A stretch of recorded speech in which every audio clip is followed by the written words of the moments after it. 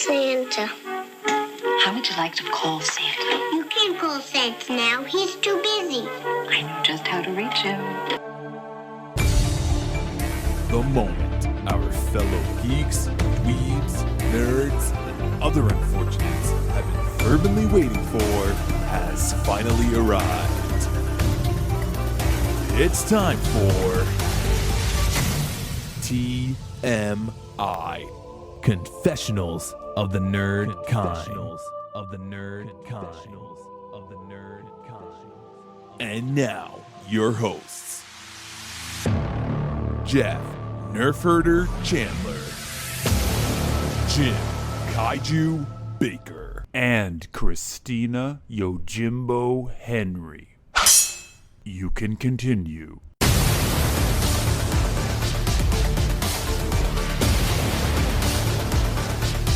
And now, let's get on with the show. Here is TMI. But I think that we can bring something into it. We've got the first appearance of Boba Fett, and there's maybe we should just get into it. Let's get into it. All right. Merry Christmas, everybody. Yes, or Happy Hanukkah. Happy Hanukkah. Kwanzaa. Whatever you may celebrate. Life Day. Life Day. We're actually here to celebrate Life Day. Yes, we are.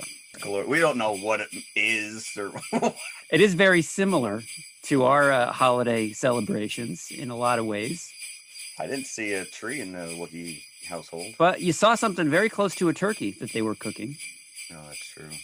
They call it tip-yip. Tip-yip. I don't even know. I was going to ask you if all these things are canon already, or if they're just making this stuff up. That is the first time I've ever heard of a tip-yip. So, but then again, who knows? It may have shown up in some third novel. and Poe did have an ugly Christmas sweater on. Yes, so and I think Vader did at one point as well. Yes, he did. So yeah, we've got 2 Star Wars holiday specials that we're covering today. They are very special. All right. They are. And near and dear. I think this new one is going to go down for the ages because I don't want to show my hand too early. You just did. I really enjoyed it. All right. Well, we will have a insight. It's just the two of us. Yes, it is just the two of us. Anybody who's tuning in to listen to Christina's insight will not get it this week. Unfortunately, she had to take a hard pass, so we're soldiering on without her. And whether or not it is the original holiday special that did it, she did get sick after watching. If you're wondering if that's the reason, no, she's under the weather this week. I like to think that maybe I had something to do with it though. So, but before we get into our holiday, do you want to talk a little news? Sure. Because we do have some. May news. as well. So yes. It's not all good news, but it's news nonetheless. So, let's dive in. This is the big one right here, and Christina would definitely have some input, but boy, if 2020 was a poker match, Warner Brothers on the theater front just pushed all their chips in. They just went, you know what? Screw it. Their entire 2021 slate of movies will drop simultaneously, not only in the theater, but also on HBO Max. Not a big surprise because Warner is already so tied with HBO Max. With but right? We talked last week about the fact that Netflix has such massive content. Disney has content. HBO Max not so much. So this is huge. I mean, they literally are like doubling down on. Now they're saying it's not permanent. This is just extenuating circumstances. Everything last year getting pushed back. 2021, all this stuff is getting pushed. So, the theaters are taking a huge hit here because if things get shut down again, you are only going to be able to see Kong versus Godzilla on HBO Max, Wonder Woman 84. Or have to wait another year. Those are your two options. Watch it on HBO Max or wait another year until theaters reopen. Now, big tentpole movies like that, I think, they're leaving money on the table, but I think because it's the entire slate, I don't know how many movies they had lined up, but you have to think at least 2 or 3 a month in different various. Yeah, they're a major player. Yeah, so smaller movies may get a better chance of exposure, on HBO Max that somebody wouldn't necessarily go to the theater to see, but if it's on their subscription, Right. check it And, out. case in point, not HBO Max, but Love and Monsters is doing, from what I understand, it's doing gangbusters. Oh, that's on great. streaming. It's not exclusive to any one service. No, it's just video on demand. Yeah. But yeah, a smaller movie that may not have performed in a theater situation is thriving in a streaming situation. And we did review it, and we have pushed it. I have turned people onto it. So yeah, smaller movies like that. But this is huge. And I think last week we also spoke about the fact that December 10th is going to be Disney's shareholders meeting. So what are they going to drop?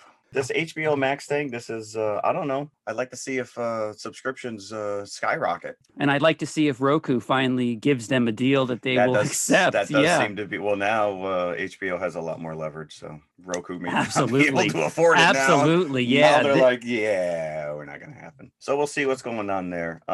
We have a couple deaths that I want to talk about. One, David L. Lander, who you may or may not recognize that name. But he was Andrew Squigman from Laverne and Shirley. Squiggy. Lenny and Squiggy. And I loved that show only for Lenny and Squiggy. Yes. Hello. I watched that waiting for them to appear. It was like Kramer coming on set in Seinfeld every week. Yeah, well, when you were a kid, right, you didn't necessarily relate to two unmarried housefrows who lived together. I never understood what I want to vote dough before I go, but now I do. And did we talk about this when we were talking 1941? They both have a cameo. Lenny and Squiggy are in 1941 as troops. I don't remember that now. Yeah, they're gunners on the top of one of the roofs in Los Angeles. Yeah. Aren't they both in used cars as well? Yes, right? They are. Because he made his own pacemaker. I remember that as a kid. Yeah, but, they were a cottage industry back in the late 70s, early 80s. I'm surprised they didn't spin them off into their own show because they did have that cult status. I mean, they were right up there with Fonzie as far as supporting characters. Can you picture a show named Kramer? Those characters are better, like in smaller doses. Well, that's, and then like when you take the Ropers out of Three's perfect. Company and you give them their own show. Perfect example. They fall flat because they're meant to be comic relief. You can't sustain 23 minutes of storyline with these characters. They come in, they come out. They were indelible, and he will be missed. Second death, who was also 73 years old, Hugh Keays-Byrne. He was Toe Cutter from the original Mad Max, and then years later played Immortan Joe in Mad Max Fury Road. Which is crazy that George Miller is the same actor for those two characters. Brilliant. Yeah, Australian actor, and may he ride eternal. So he is gone. And then we'll get a little upbeat news items, which are rumors and pictures on set are showing that Hawkeye is officially in production for Disney Plus and filming in New York City. And Haley Stanfield is part of the show as well. Yeah, she's playing Kate Bishop, I believe. Yeah. So that's exciting because, again, watching Endgame last night, it kind of renewed my like for that character. So yeah, we'll see what becomes of that. Obi-Wan series has begun filming in Boston. So I don't know if he's just going to a pub, he's going to hang out, but he is in Boston. He's hooking up with that escaped prisoner from The Mandalorian, Bill Burr. Bill Burr. So there you go. Obi-Wan in development, Hawkeye. We're going to get him eventually. We've been hearing about it. So that's nice to know that, studios are back up and running. Things are chugging along. Everyone's being safe, hopefully, and nothing will get shut down. And so there you go. That's my news. Oh, actually, on a personal note, I do have to apologize to any Velvet Goldmine fans out there who listened to last week's episode and my ignorant use of Jack Wilde and not Kurt Wilde. No, I was the one that said. Oh, you Jack did? Wilde. Oh, I did. Yes. Well, then apologies for Jim's ignorance. Yes. And it's your movie. Jeff, you were golden. It was me. I said Jack Wilde a number of times. I didn't say very much at all, to be honest with you. And I'm very disappointed that I didn't like it more. And I don't know why. The one thing we didn't really get into is that it's not family friendly. No. we didn't really talk about the coke snorting off. So if you're trying to introduce your kids to Bowie, Velvet Goldmine is not the way to go. And I did want to ask Christina if she watched it with her son. We did not bring that up. No, we did not. No. That is a good point. Yes. Yes. But yeah, no, I am a huge Puff and Stuff fan. So apparently Jack Wild loomed large in your he's in my subconscious. So that would be a completely different movie. Yeah, no, according to my wife, I didn't even realize it as I was editing. That's how funny it was. My wife had to tell me. My wife told me as she listened to the episode, you called Kurt Wilde Jack Wild a couple of times. That is funny. So we got to see his little piccolo flute. Yeah, that was a missed opportunity for Obi-Wan. That was. I'm sorry, I didn't realize the tie-in at the time. I could have made some kind of right. magic flute joke, but no. Yeah. Or even Obi-Wan's a little lightsaber. We digress. All right. So what are we talking about first? Classic? We have to talk classic first. I mean, normally we do the newer release, but because it's so tied into this special, yes, we have to talk the original. So we have to talk about our frame of reference. And the one thing I will say, which is this episode's going to lose a little bit of its bite, because part of the fun of this is sharing it with somebody who's never been exposed to it. And Christina was walking in knowing of it, but had never seen it. Unless you are a super fan that searches this thing out on bootleg, which is what Jeff and I have done over the years. Yeah. That you've never seen it. If you're not old enough to have been aware of this being on television in 1978, it only aired the one time. And even 17th. Jeff and I only had the dimmest of memories of it before we acquired it over the years on bootleg. But the cult status has grown, and most people know that it's horrible. It is absolutely abysmal. Even to the most diehard fan, it's very hard to get behind it. Yes. You have to at least acknowledge that it exists, because if it didn't exist, there's certain things that we wouldn't have right now. This is true. In the golden age of Star Wars. So yes, it aired once. In 1978. When you say aired, do you mean AIRED or ERRED? Well, I guess you could go both ways. every time somebody puts it into play, it airs. So it was a year plus after Star Wars. Now, Star Wars was still playing in theaters, certain theaters. Yes. Remember that birthday movie poster that came out after the first year? Yeah. Yeah. I saw Star Wars in 1977. It probably was late summer.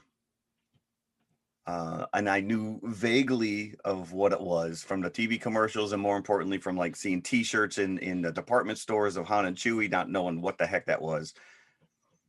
And we went, my stepsister brought my brother and I and her brothers, and we missed the opening crawl. By the time I walked into the theater, Vader was already on the command deck. He was already on Princess Leia's ship. So I never saw that opening Star Destroyer go overhead until I saw the movie in 1997, the re-release, the special edition. But after that, I was obsessed. And we had the toys. The toys didn't come out until the following year, so 78. Right. So that's what I was going to bring up as well, because the toys, Kenner was kind of late to the game, because the success of Star Wars took everybody by surprise, right? So they didn't have their full toy line, not even the action figures. They had that. No, for Christmas, they gave away what they call the early bird. It was just a cardboard piece of, it was a piece of cardboard with the illustrations of the original 12 figures. And then you mailed away the coupon, and they would send you 6 figures up front eventually. Now, during the special itself, I saw the version with the original commercials. Yep, I did as well. And one of the commercials at the very end is of C-3PO and R2-D2 telling the audience that the Kenner toy line is about to be released. So I was a little confused. Did they wait until Christmas 78 to unleash all this stuff?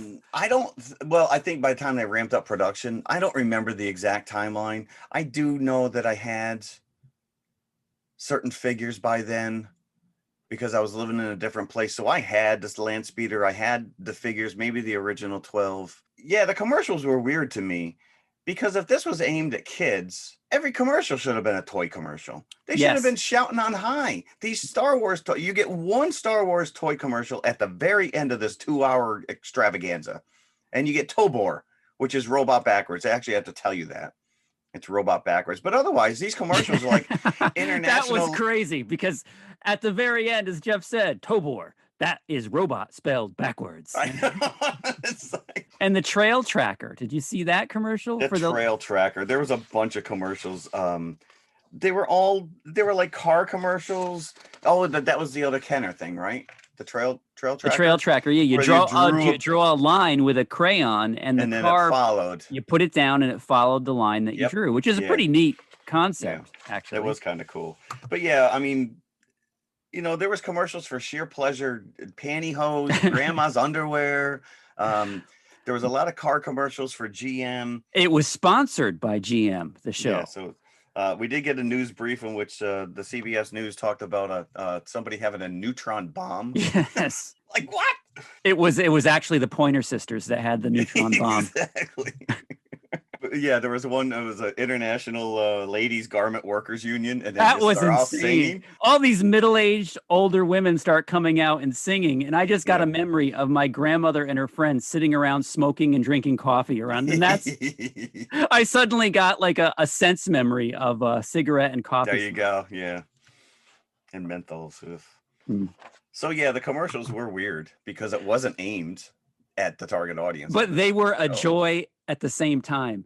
Because absolutely. The commercials kind of gave you a break from the unbelievable deluge. As it goes on, you're waiting for those commercials to kick in, so you can have a giggle about, I remember this one. I remember this one. Yeah. So Jim mentioned before that we both have bootleg copies of this. I think I bought mine from intergalactic trade in Florida, like years and years ago. But it is on YouTube. There's multiple copies on YouTube, including the 4K version, which looks pretty. I mean, really, yeah. I didn't watch the full thing in 4K, but I did see the opening again with the Han and Chewie. But what you have to realize is that yes, this thing aired once. My parents still live up and in the mountains, and we only had 2 channels. We had NBC and ABC. We didn't even have CBS. I had to go down to my grandmother's house and sit in front of her television for 2 hours in order to watch this. And you did. Of course I did. And you did. Yes. I remember specifically the full page ad in the TV Guide coming out. See, we didn't get TV Guide. And all the other kids in my class saw it as well. So this was the scuttlebutt. As soon as we realized, and this was not the internet age, so it's not like we knew this was coming 6 months in advance. You knew it when you saw it in the TV Guide, or you saw the commercial. Yeah. Yeah. The little special with the thing that swirled around. Dun, dun, dun, dun, dun, dun. Yeah. Yeah. And you have to remember that there was the comic books were out there, but it really was just the adaptation of the movie. So there was no Star Wars. This was it. You were still another 2 years away before The Empire Strikes Back even dropped. Yeah, and we knew nothing about that. This was pre-VHS, so you wouldn't have been able to see Star Wars over and over and over again during the course of that year. You saw it in the theater, however many times you went to the theater, and that was it. Which was unheard of for me to go to the theater and see the same movie twice. So it made more and more sense as the 70s and 80s wore on. Well, true. So yeah, this was all we had to hang our hats on. Yeah, when this thing aired, every child of age in America was ready, and it was all the original cast. Although R2D2 gets Kenny Baker was not in the can. So R2D2 is R2D2. Was anybody in there, or was just... No, it was the robotic version. Okay. It was the remote control version. So, but this was the first time that James Earl Jones got credit as the voice of Darth Vader. Really? He did not in the original film? He did not get... No. They've gone back and retroed that in the 77, the 97 special edition. Okay. But he did not get original credit. And this was, like I said, this was pre-Empire. So, yeah. So, yeah, a year after Star Wars, this aired. It's loosely considered canon. Well, we have Boba Fett, so that he came of this. And we do have Chewbacca's family. We do still have the fact that he's set up on Kashyyyk. Is that how you pronounce it? Yeah, although on this show, they actually call it like Kazuka or something. Yes, but it is Kashyyyk. It is Kashyyyk. Yeah. So that still exists. So the basics that you see here are canon. It is in a way. I don't know if Art Carney still exists in the Star Wars. I hope not. Huh? Seriously. You want to know an interesting fact about that character, though? His character's name was Sondan. Apparently, early drafts of The Empire Strikes Back that George Lucas was writing, Sondan is a precursor to Lando Calrissian. Really? Yep, that was his character's name, and he was a junk dealer living on a Wookiee planet. This was highly anticipated. It was all we had, and as soon as the show starts, you're like, this is all like reuse. Even as a kid, you're like, this is all footage from Star Wars. Right. They didn't film any new special effects.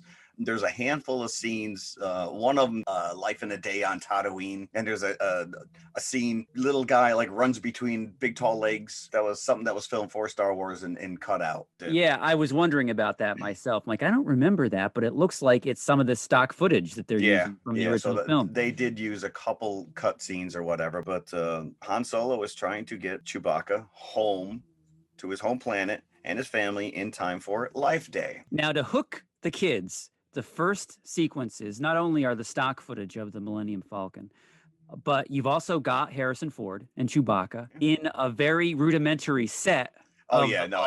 If you look at it, it is not the original Falcon set. Yeah, it's like a cardboard replica at best. So let's give some background, at least to the origins of this thing. Lucas was not involved in the story or production. His only directive was that he wanted it to center around the Wookiees on their home planet. Now, this was not his idea, correct? This was brought to him?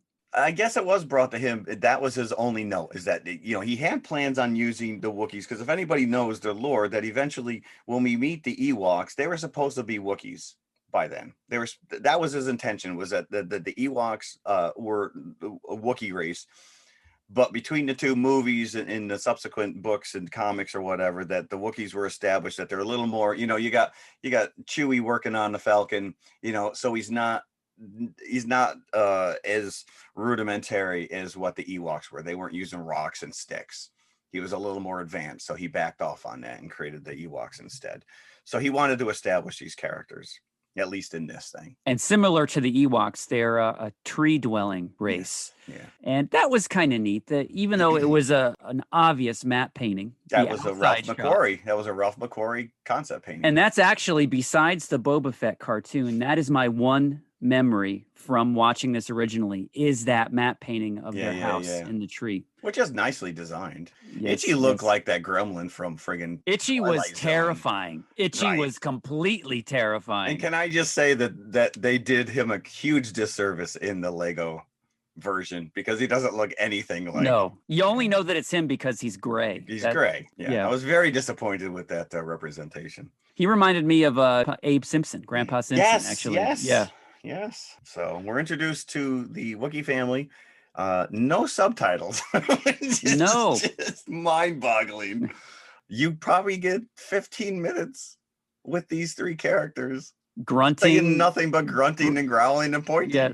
On the back end, we will talk about those three actors, because they don't get any credit whatsoever. But they're all Sid and Marty Krofft alum. Oh, are they really? It's funny. Every time I saw Lumpy, I thought Paul Williams. That looks just like Paul Williams. Shoppy booger. But you know what you're in for. Well, maybe you don't know what you're in for, because the opening credits, you get the Han and Chewie chase in the Falcon. They're on the run. You get a Darth Vader cameo. That was another cutscene, and they just reloop dialogue. So then you get the big Star Wars holiday special.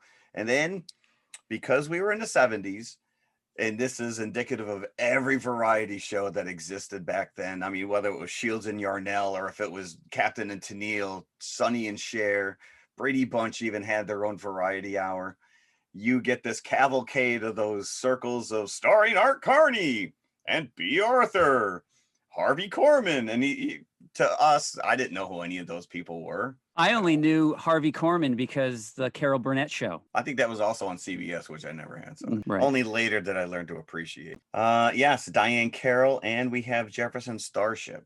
So you had this cavalcade of a random cavalcade. Well, B. Arthur had to have been in her Maude phase, right? But like any good variety show back in the 70s, this was filmed on video. So it has that TV sheen to it immediately. But because it's, even on the YouTube, even on the 4K, it's a bootleg copy. Rumor has it that the original master was lost years ago. How convenient.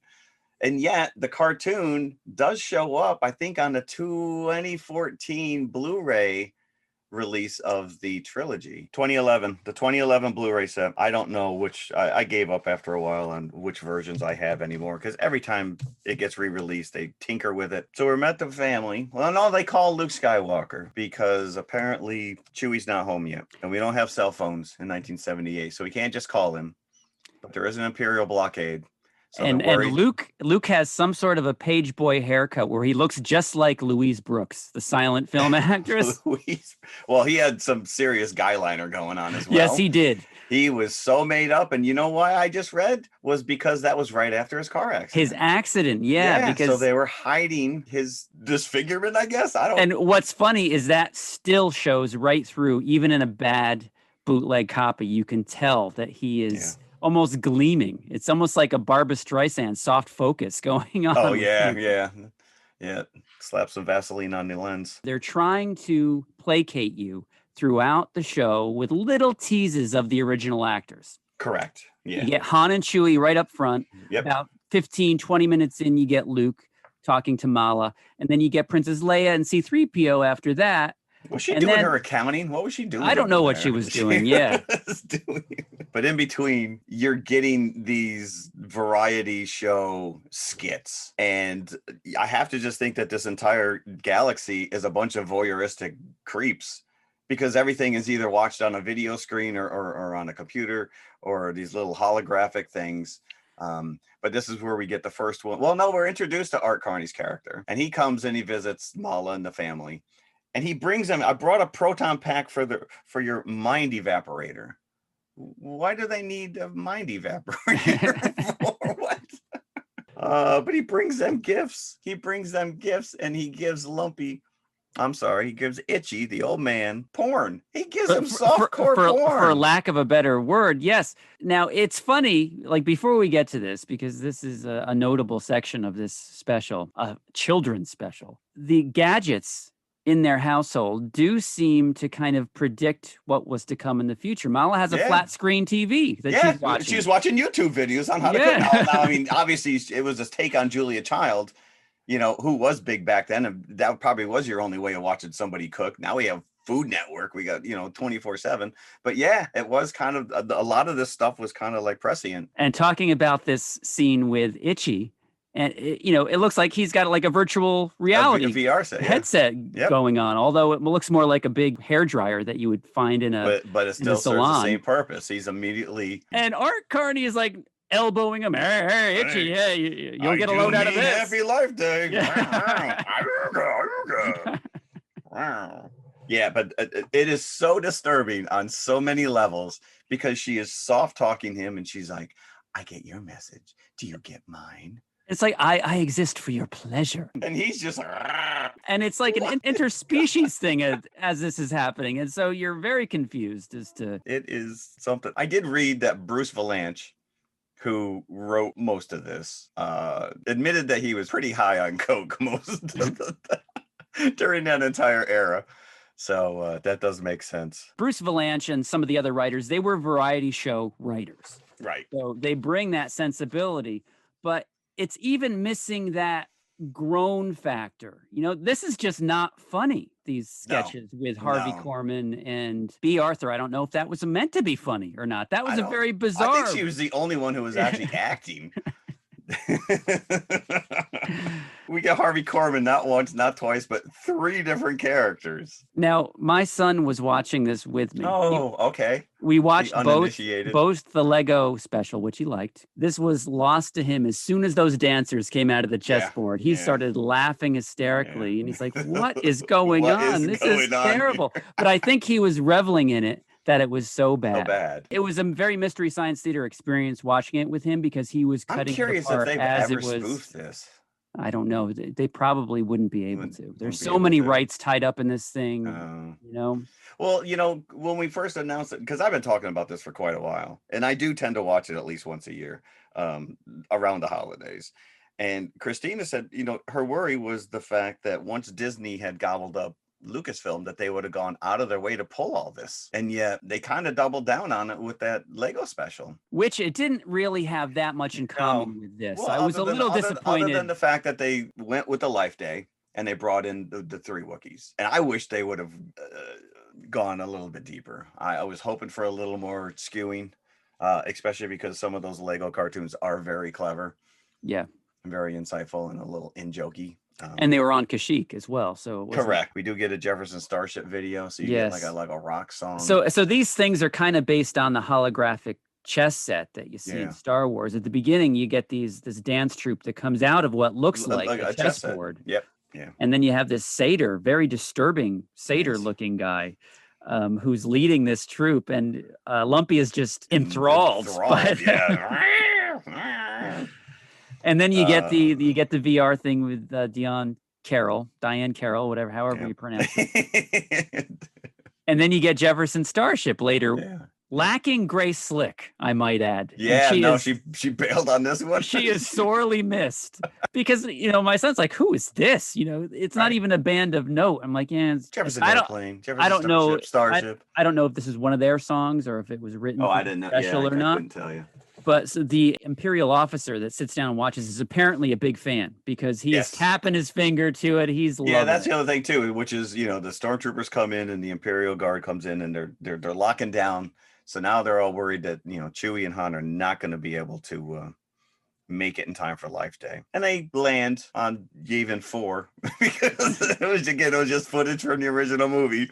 Well, we're gonna have to walk it off, buddy. So they take forever to get there. And forever this is the longest 2 hours that you will ever experience. 2 hours. I don't remember it being 2 hours. It's very difficult to sit through because you're watching that time run out at the end.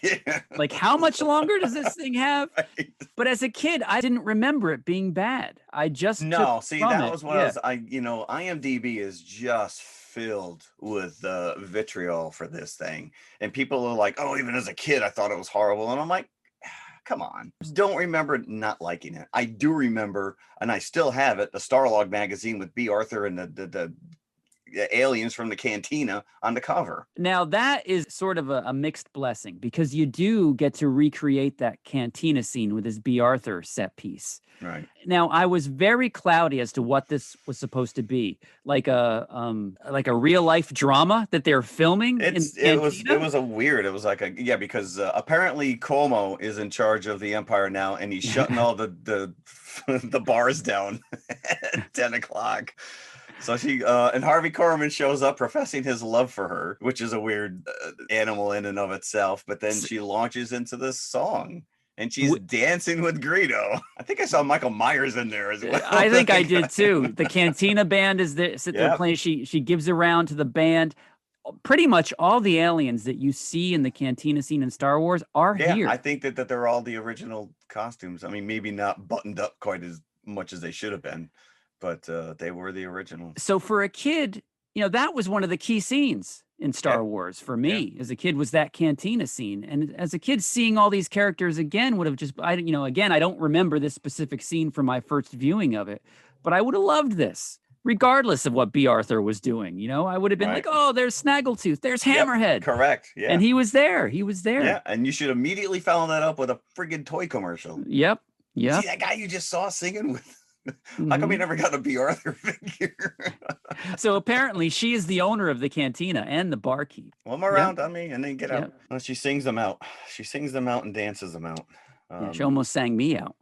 Yes, just one more round, my friend, I think was the name of the song. This sequence went on forever. The novelty of seeing all these characters again is there. It goes on for way too long. And you just keep getting that feeling that they were looking to pad out this 2 hour running time. Yeah. Yeah, because it takes like an hour 45 before Han and Chewie finally make it to the house. And my wife asked me at some point, is this longer than Star Wars itself? It's actually, because I think Star Wars is 1 hour and 59 minutes. It's longer. But what made me laugh, and I guess I haven't really picked up on it the last couple times I've watched it, is that, there's stormtroopers in the house and Han and Chewie sneak in. And he throws the stormtrooper over the balcony. Now, you've seen the establishing shot. They are way up in the tree. So this guy is dead. He plummets to his death. Very, very much like Wile E. Coyote going off a cliff. That's how far up they are. They did throw in the Wilhelm scream as well. Then you immediately get a call from his superior officer, B4711, report.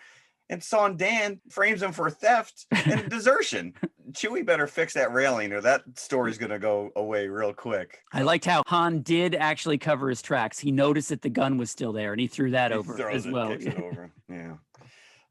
And I guess I never realized that the Wookiees invented the Snuggies because they are all wearing the big red Snuggies at the end. Yeah, that seemed like a very nefarious, evil kind of a scene. Cult? Where they're... You think they were all going to go drink Kool-Aid? And it was like taken directly from Fantasia as well at the end of Fantasia. Yeah. Well, what always drove me nuts was you could tell that Peter Mayhew is not wearing his full costume underneath because he's got the big bushy head, but then he just has like this scrawny body covered in a... in a red robe. It's like, don't bother. You're going to be covered. Don't worry about it. And then we get the most horrific part of this entire debacle, which is, so Han and Chewie take forever to get there. And yet Luke and Leia and the droids show up at the exact same time. How'd they get there? But then Leia launches into a song sung to the tune of the original Star Wars theme. Star Wars theme. Yes. And she's not as bad as you may think. No, but I don't think anyone wants to see Carrie Fisher or Princess Leia singing. And at one point during this sequence, while she's singing, they cut to the other actors.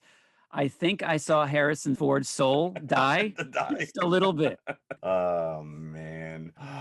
So we talk about all the bad stuff, but we have not talked about the best part of this entire show. The only thing that's salvageable. The one thing that I think we all went back into school the next day talking about. Because everything else was forgettable in comparison. Except for the cartoon. The cartoon, which should have been the longest sequence in the whole special. Not only should it have been, it shows you why did we never get a Star Wars cartoon as a kid? So this is Nelvana, the studio that created this, but droids and Ewoks didn't come around until the late 80s. This is true. Like 84, 85 after Jedi. By then, I don't want to watch Ewoks. I mean, the droid had its moments, and yeah, Boba Fett does show up in the droid cartoon, but I wasn't watching it. Not then. Right. I want to see Han, Luke, and I want to see what was transpiring in the comic books. It's great. And we'll get into this cartoon a little bit because there is an issue of Marvel Comics, the original run. I think it's issue 11 or 12. And they just blatantly stole Luke standing on the Y-Wing facing this giant sea creature. From this cartoon. Yeah, basically. So now I have to say, before we get into the plot, the animation is unique. Well, that's Nelvana. And yeah, Han Solo looks like, I don't even know. He looks like David Duchovny, actually, in this. And they did not do the voices, or did they? I don't know. I think they did. I know Luke was Mark Hamill, and there you go. I think Leia was Carrie Fisher. But Luke was wearing, what was cool was Luke was wearing his yellow jacket from the end ceremony of Star Wars. Yep. And his ship of choice was a Y-Wing. Yeah. Which I always thought was cool. Not enough Y-Wings. But yeah, we are introduced to Boba Fett long before he ever showed up in The Empire Strikes Back. Exactly. Now, I know also before Empire came out, we were teased, and I believe the figure of Boba Fett came out before Empire did. And there was a promotion that you could get a free Boba Fett figure if you mailed in so many proofs with the purchase. firing rocket, which never happened. So, and I believe that promotion happened during Christmas 1978. So to kind of coincide with this, didn't it? So the thing is that initially the design of Boba Fett was an advanced stormtrooper. So the prototype costume was white. It was meant to just look like an evolution of the stormtrooper. And then somewhere along the line, he got repurposed as a bounty hunter. But I think it was this cartoon that actually kind of dictated this color scheme. Okay. That I mean, I could be wrong. I'm not 100% sure on the whole history of Boba Fett's armor, but if anybody watches The Mandalorian, you watch this cartoon and they swiped his gun, that fork-shaped rifle, right from this design. Yes. And you have to say, would we have even gotten The Mandalorian if it wasn't for this cartoon? According to Wikipedia, 1978 was the year that the Boba Fett action figure debuted. So it would have been right. Yeah. So they were riding high on this character. Yes. It's a little adventure story about a talisman that Han Solo and Chewie have picked up that somehow gives humans that come into contact with it a sleeping virus. And the only way to keep them alive is to hang them upside down like bats so the blood rushes to their head. And so Boba Fett shows up because the Millennium Falcon has crash landed. And Luke has found them as well. But Boba Fett comes and says, I'm a friend. And he's riding this big sea serpent. I know what's happened, and I know where there's an antidote. So trust me, and I'll help your friends. Trust me. And so Chewie goes with him, but Luke falls prey to the same sleeping virus as Han does. And then during the course of this little cartoon, you find out that Boba Fett is already working for Darth Vader, as he is in Empire Strikes Back. And he is known as the most feared bounty hunter in the galaxy. Now, why at least Han or Chewie wouldn't know this Wouldn't already? know who he was, right? Yeah. Boba Fett, where? But still, even in this rudimentary design, it's an extremely cool design all the same. Yeah. And you knew that this character was awesome from the get-go. And again, like Jeff said, this is what you were talking about when you went back into school. And if only this cartoon lasted a little bit longer than it did. I know, yeah. To pad out some of that 2 hours that was being filled by Harvey Korman and Art Carney and screw them. Yeah. So yes, the original director quit after a couple days. Like he stepped in. What was his name? David Akomba. A couple days in, he's like, I'm out of there. I'm done. He filmed a couple sequences and he was done. So then Steve Binder actually gets credit for it, whether he wants it or not. Dan Winston got credit for creating the Wookiee suits. Did he? He did. And that's about all the positives I have. Right. There's not much else.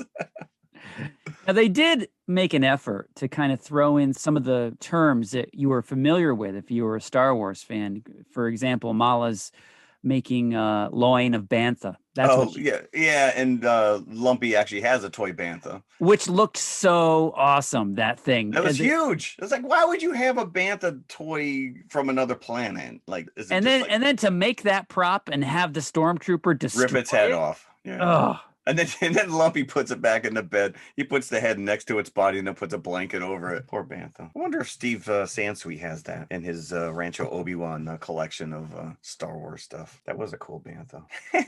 What more can you say about it? And as I'm watching this, I'm very happy that this didn't actually do damage to the Star Wars brand. I'm surprised it didn't just kill I'm the surprised it entire didn't. franchise. And I think if it did rerun year after year, it may have done. Because anybody watching this that didn't know what Star Wars was would not be sold. This is such bad quality and so boring. It may have convinced people that weren't entirely on board yet that this is not something to I could have look easily into, sabotaged Empire right off the bat. I'd be like, yes, it could have. I'm going to see that. There's going to be singing in it. I don't know who the rights belong to. Would it be CBS? Would they have reverted to Lucasfilm? Or well, I don't know, because if he had the rights, he's gone on record that if he could just go across country and destroy every copy, he would. And as late as 1987, I read a quote from him saying that, I didn't like the holiday special. They may still yet rerun it. I'm not sure. So it didn't sound like at that point that he had control of it. Yeah, we'd have to dig deeper. I don't know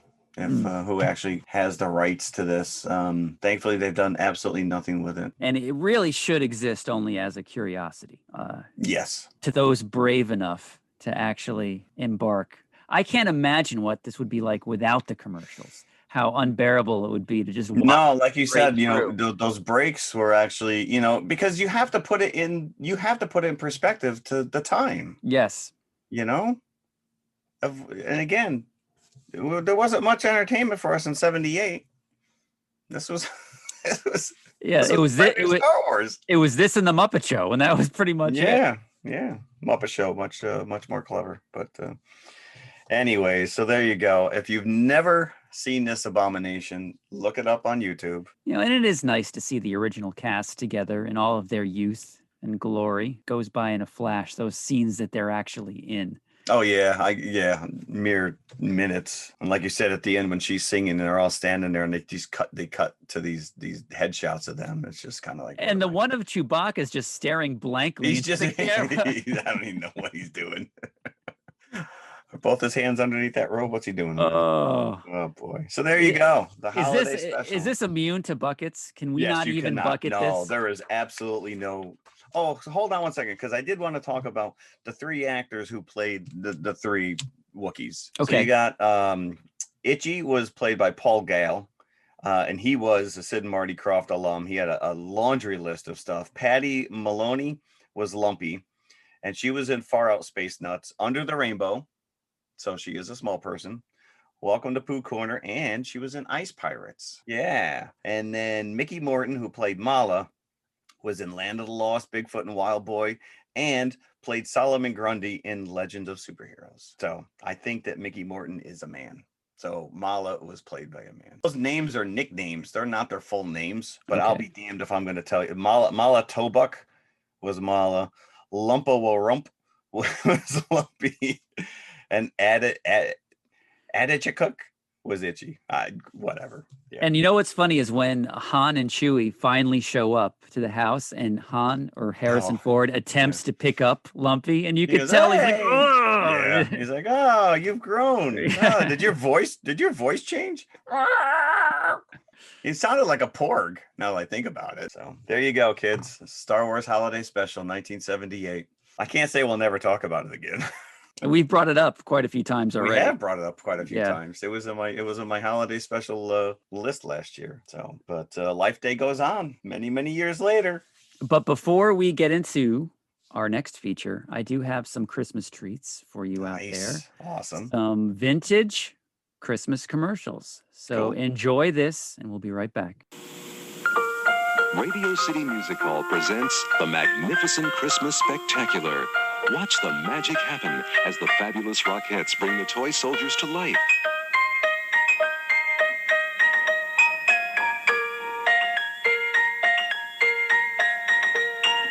Buy your tickets now at the Music Hall box office, Ticketron, or call Charge It. Fall head over heels in love with the Christmas show. It was Christmas Eve in McDonald's land. Everyone was asleep except Ronald, who had other plans. Out of his bed, he silently crept.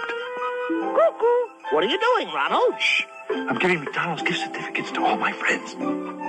So Hamburglar can get a hamburger. And Grimace. Is it Christmas yet? Not yet. Grimace can get a shake. Christmas. Captain Crook, fillet of fish. And the mayor, he'd get a cheeseburger. So to the chimney Ronald did reach. You can get them at McDonald's, 50 cents each. When suddenly bright light shined in his eyes, Ronald turned around amazed and surprised. Hi, guys. I make too much noise? All his friends had a present for him. McDonald's gift certificates for me? Oh, gee. And a Merry Christmas to all of you from all of us at McDonald's. Merry Christmas. Fireplaces glowing, icicles growing, hearts overflowing with cheer. It's that wonderful season we all find so pleasing, the Toys R Us time of year. The world's biggest toy stores, Toys R Us. The biggest selection, Toys R Us. It's the Toys R Us time of year. Toys R Us.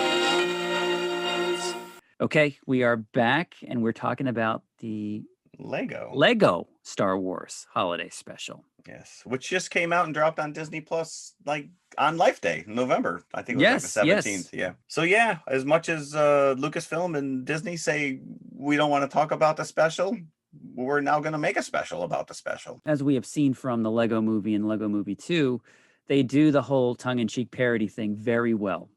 And again, it really gives the impression when you watch this that they did their homework and they know what they're talking about, because there is that end game kind of piece to it where they have something like the Time Stone. This is the MacGuffin of this special that Rey finds in a Jedi temple. Now, here is the connection to our latest Mandalorian episode. If we can bring this up briefly. Yeah. Is this the same temple? I don't think it is the same temple because she had to go to Koduku.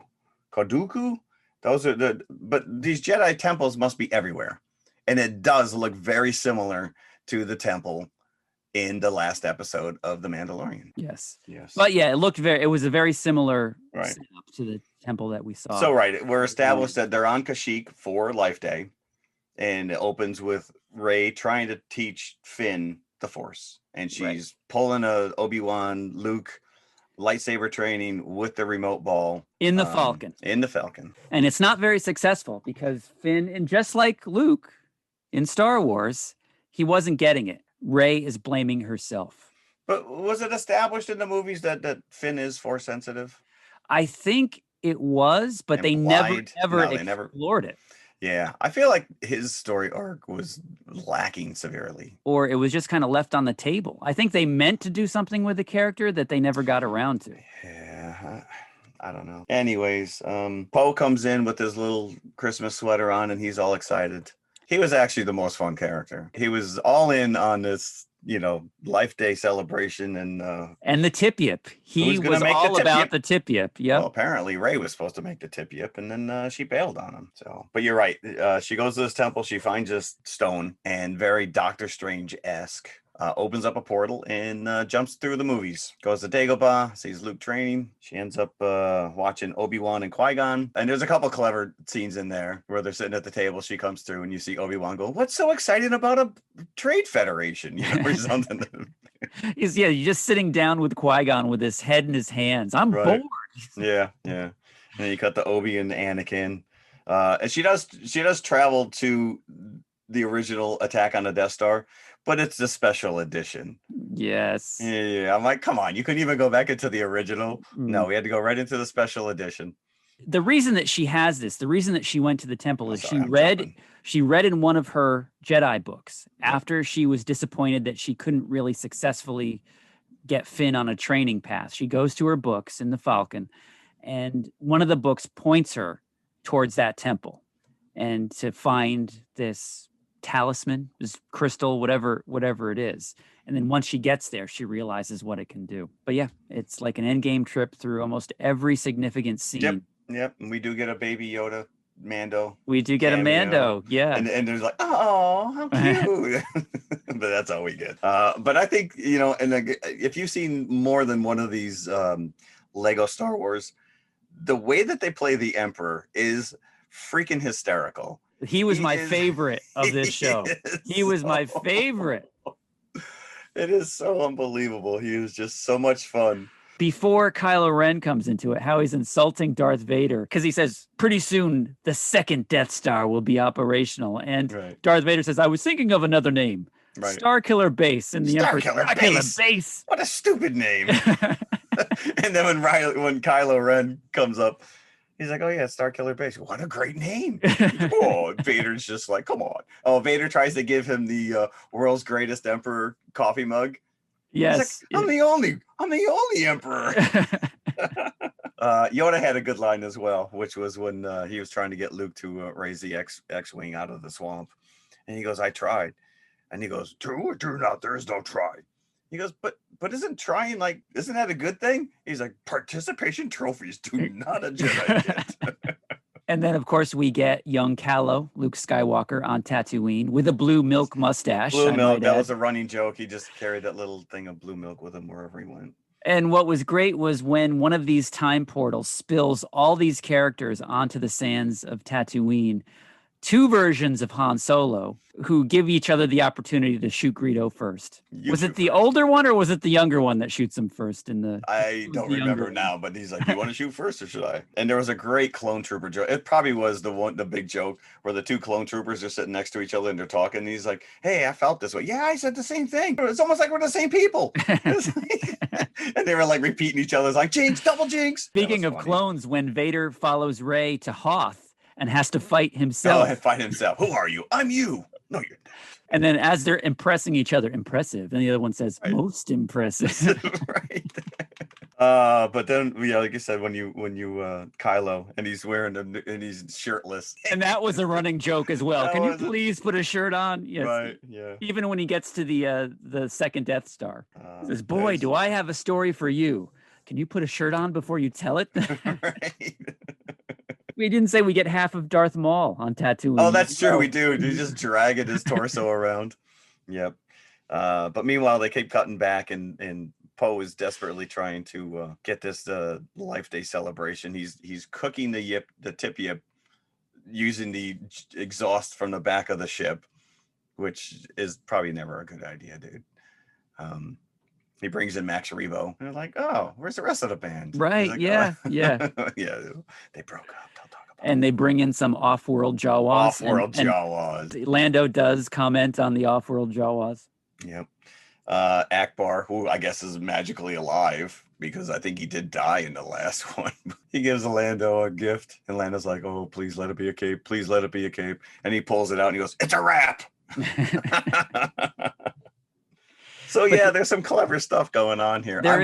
I wish they had doubled down a little bit more on the actual holiday special, bringing in some of those stupid, Harvey Korman characters. Yes, would have been silly. If it would have been the perfect platform as well. Rey could have zapped herself into that set. Yeah, right. Yeah, I mean, if you're gonna double down, if you're actually gonna jump on the holiday special bandwagon and bring in the 3 Wookiees, and I mentioned before, I think they did a complete disservice to Lumpy because he doesn't look anything like Lumpy. I'm sorry, Itchy. I keep calling him Lumpy. Itchy, the old guy. Then you should have at least explored that. You should have at least acknowledged that, yeah, we know it was bad, and that would have been fun. That would have, I would have chuckled immensely if they brought in, she's suddenly in the canteen and B. Arthur starts singing. She's like, "Oh, I'm out of here. I am out of here," right? It's a missed opportunity. It really is. So who knows what was left on the cutting room floor. But then we get at the very end, we get a Yoda as Sam the Snowman from Rudolph. And I'm like, see, that's what I wanted more of. Right. If you're really going to go into this spoofing some of this Christmas stuff, and especially the holiday special, go all in. Maybe there'll be another one next year. Who knows? Maybe they'll rectify some of this stuff. I don't know. But I did read that the creators of this wanted to make something that would be shared by families year after year, like a tradition. By the masses. Thing. And maybe by digging into that stuff, now families got to force their kids to watch it so they understand the jokes. The main set piece at the end of this is in the second Death Star with the Emperor, with Darth Vader, with Kylo Ren, and with 2 Luke Skywalkers. Yes. Yeah. We got Jedi Luke Skywalker and original farm boy Luke Skywalker. And again, I loved the interaction between Kylo and the Emperor and Darth Vader. And when the Emperor asked Kylo, "Do you have a mask?" "Oh, yeah, I've got one right here, but I broke it." Right. So they put it back together, and then Darth sees, "Oh, that's original." I know. Grandfather. When Vader first sees Luke Skywalker, he's like, son, those twin binary suns. It's like... Or when Kylo is warning the Emperor that he's about to get thrown down a reactor shaft, and he says, "And there's no coming back from that." Right.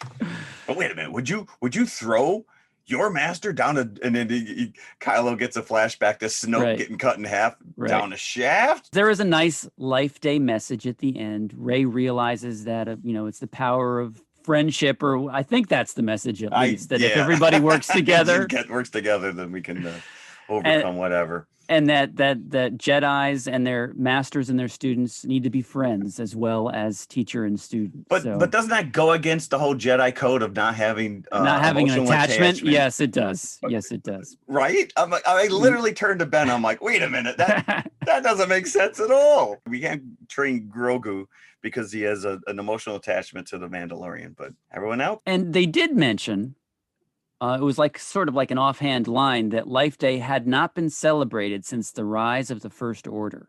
So Life Day has been taken away from the galaxy for however many years. And this is the first one. Private in your own home. It was fun. It was entertaining. It was much more so when you compare it to our other feature. Yes. The original. So. And I think the Emperor's dictum would have worked splendidly in the first holiday special. Less talky, more fighty. And that's also on Disney Plus. So yes, it is. Go check it out. Holiday special. The original is not. You're going to have to seek that one out. Yeah. Yeah. I was surprised there was as many copies on YouTube as there are. But I do have a VHS copy, although I can't watch it anymore. And I do have a transfer on the DVD. Yes, what I did, I bought my VHS copy at a comic book convention, I think for maybe $25, and I got one of those. You overpaid. One of those, yes. One of those machines that you can transfer as you did to a DVD. So now it's on DVD. Yeah. Oh man, that's a time capsule right there. Yes, it is. Yes, it is. and I'm very sad that Christina did not get to weigh in on this. And I can't recommend it. No. It's no. Listen, because again, we're in a golden age right now. Between Clone Wars, Rebels, and The Mandalorian, you got an Obi-Wan series in development. You got a Cassian Andor series in development. We got Rogue One. We got the say what you will about the trilogy sequels. It's just a plethora of stuff right now, and yeah, that's all we had was that stupid special. And our one Star Wars movie. And that was, and to some extent, Marvel Comics line. Right.